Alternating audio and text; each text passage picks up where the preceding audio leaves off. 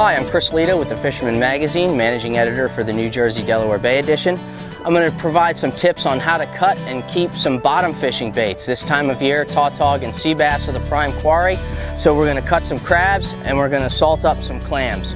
Okay, first off is the clam. We'll shuck it, getting all the meat out of the shell using a clam knife. This happens to be a fillet knife, but we'll cut it into strips, nice long ribbons.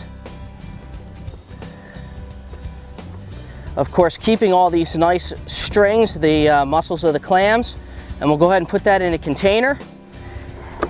And to stay on the hook better, we always use kosher salt and salt our clams. So I'm going to provide liberal amounts of kosher salt, and I'm going to let that sit overnight. I prepare these baits in advance, the day or two before I go out on my trip. That way, when you're dropping down in 200 feet of water, those are going to stay on your hook a lot better, and the pesky burgalls and little fish won't be able to rip them off your hook as well.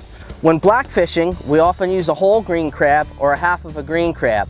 And in addition to trying to cut them with a knife like this, it's a lot easier to use a pair of sea scissors or shears like this to cut your crabs.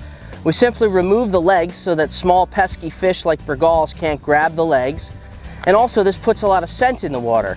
And then at this point, I'm going to cut this in half. This will be two baits for smaller blackfish. If I was fishing out in deeper water for larger fish, I might even use this whole. But for demonstration purposes, I'll take the sea scissors and press down firmly, cutting the crab in half, and now we have two baits.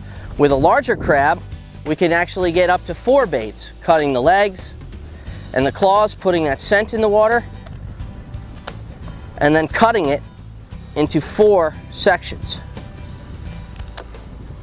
And there you have it. Ready for a tautog to inhale if you can only set the hook.